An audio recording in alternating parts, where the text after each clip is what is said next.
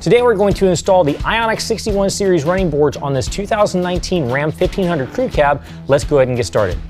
Okay, here we are underneath the truck. Now I'm on the driver's side just behind the front tire. Now before we really get started, I want to point out something real quick. These are factory studs from the manufacturer that are already there. If your truck has never had running boards on there, there's a very good chance these are coated with paint.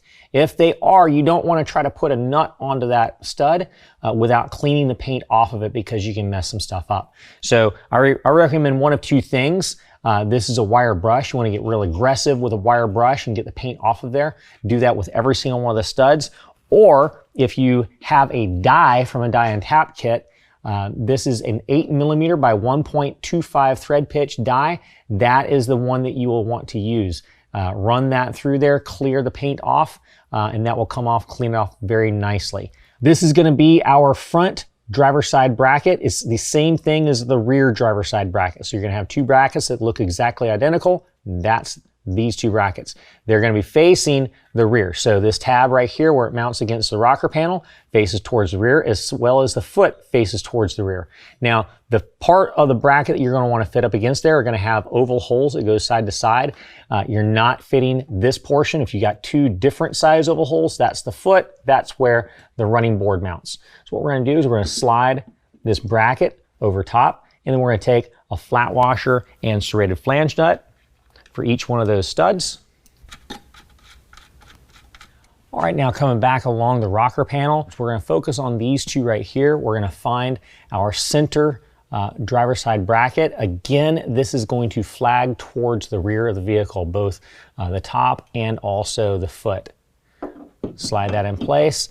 Just like the last bracket, we're going to use a washer and a serrated flange nut on both of those studs. And again, just want to remind you, if you've got paint on those studs, make sure they're taken off with either aggressive wire brush or a die from a die and tap set. Now moving along the rocker panel, we're going to come to the very last set of studs. We're going to focus on these two right here. Again, just like the front bracket, the rear bracket is exactly identical. We're going to hang it on those two studs. Again, we're going to use a flat washer and a serrated flange nut. Again, putting them on finger tight. All right, now we're going to go ahead and take our board, flip it upside down, and you're going to see a couple of large tracks. There's also a center track. We're not going to use that. We're just going to use the large tracks. Go all the way to the end of the board. And we're going to see the end cap has a couple cutouts. We're going to put bolts into those tracks just like so. Now we've got 3 brackets per side on this particular application, so we're going to do 3 bolts per track.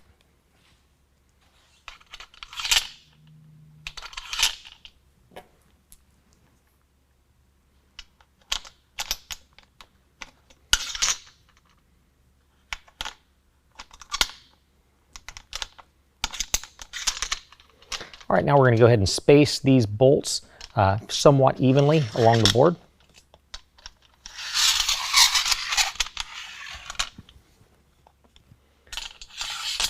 If you want a quick tip on how to make these bolts slide the best, if you just push it this way and try to make it slide, it's not going to work for you very well. If you rock back away from the direction you're sliding, they slide much better.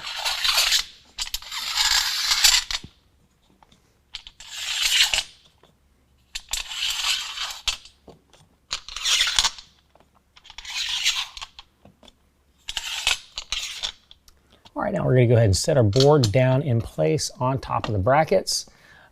We haven't lined up the board to the body of the truck yet, but that's fine. What we want to do first is line the bolts up to the brackets.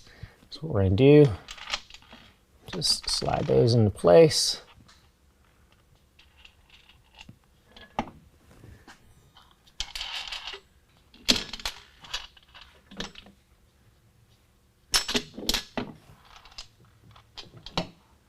Now with each one of the bolts, we're going to go ahead and thread on a serrated flange nut. We just want to do that about finger tight, not too tight. We still need to be able to shift the board front and back and in and out to get it lined up exactly where we want it. Once we got it lined up, we're going to go ahead and tighten down the serrated flange nuts to the brackets.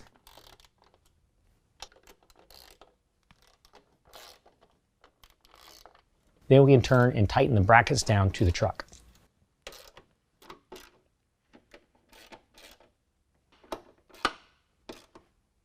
And now we can repeat the exact same process on the passenger side. Well, that concludes the installation. If you have any questions, call the experts or visit us online.